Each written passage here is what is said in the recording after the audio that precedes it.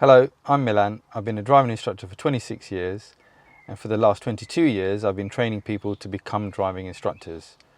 I've also co-produced and written training material that's used by driving instructors and learners across the UK. So this video is forward bay park and reversing out.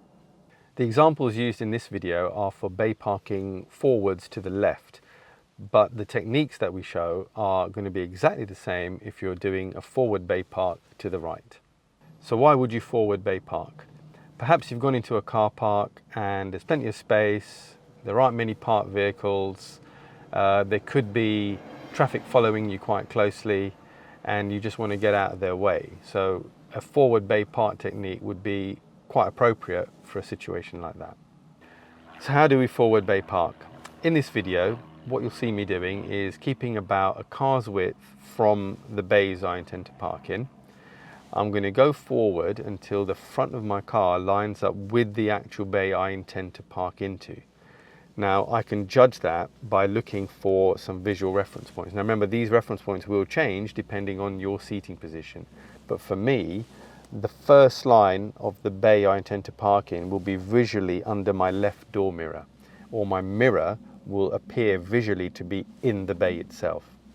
So I'm going to check around for people in traffic to make sure it's safe for me to turn in.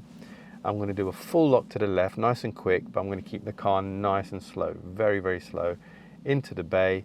And as I line up and square up into the bay, I'm going to take off the full lock. What you'll also see me doing is looking to my right here to see the end of the bays going across me appear visually either behind or under my door mirror. Again, that's a reference point that you might need to alter depending on your seating position. So once I've parked in the bay, the next step is to reverse out the bay safely. What I'll be doing if the bays next to me are empty is I'll be applying my full lock as I reverse out the bay and borrowing a little bit of the bays next door on either side, depending if I'm steering left or steering right. I'm going to reverse out the bay, still checking for people in traffic. I'll be reversing out of the bay until I'm almost at right angles to the bays I've reversed out from. I'm going to stop, check again for people in traffic, and then exit the car park safely. So if I want to reverse out the bay and somebody has parked next to me, it's important to make sure, again, that we're checking for people in traffic. It's a good idea to open the window so you can hear any approaching traffic. We're going to reverse out slowly in a straight line, making sure that the front of our car clears the end of the vehicle that's parked next to you. Once it's cleared, you can do your steering. Again, we're aiming to come out as close to right angles as possible to the bays we've parked in. Stop, check around again for people in traffic, and then drive away. So now I'm going to demonstrate a forward bay park to the left. So I'm going to be keeping about a car's width from the bays on the left. I'm going to get the front of my car level to the bay that I want to park in, making sure it's safe in all directions. I'm going to make sure it's clear, and as I move I'm doing a full lock to the left, nice and brisk, and as the front of the car swings round and into the bay, I'm going to be straightening up and taking off that full lock nice and briskly. Okay, now I'm in the bay. I can check the front of the car here. I'm using the curb under the door mirror, and then I'm going to stop.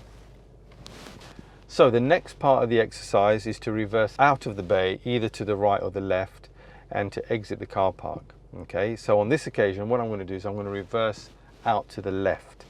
So I'm going to put into reverse gear. Now the bay next to me is empty, so I don't have to reverse out in a straight line and try to imagine there's a vehicle there, because there isn't one. So the front corner of my vehicle has already borrowed a little bit of that bay to park in the bay I'm in, so I can borrow some of that bay to reverse out. Okay, so I'm going to check around for people in traffic. I'm going to open my window slightly, so if I hear anything coming, I can stop.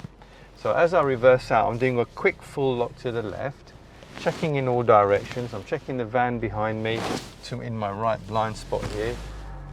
I can see a vehicle approaching. I'm going to reverse out the bay, stop, straighten up, take off my full lock, put it into first gear or drive, check all around in all directions and follow signs to the exit. Okay, so I've parked in my bay, but someone has come and parked next to me on the left-hand side. What I need to do though is I need to reverse out to the right. So there's no possibility now of me borrowing the bay next door. So the bay on my left-hand side. So what I'm going to be doing here, I'm going to be putting this into reverse gear. I'm going to open my left side window just so I can hear anything approaching. I'm going to reverse out in a straight line now, making sure it's still safe in both directions, not just focusing on one side. I've still got to focus on the other side and the vehicles behind me. I'm going to reverse out far enough so that the front corner of my vehicle doesn't hit that car. So I'm now level, so my front wheel is level with the end of this vehicle here. Now I'm doing my full lock to the right. Now on the test, you can't reverse into the bay behind. So now I'm going to stop. In reality you can, but now I'm going to stop, check, steer to the left and exit the car park.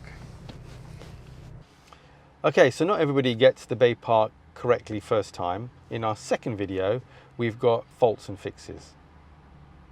Just to recap, so throughout the maneuver, I'm keeping the car really slow. I'm checking around for people and traffic. I'm responding to any oncoming road users. I'm moving very slowly, but steering very quickly.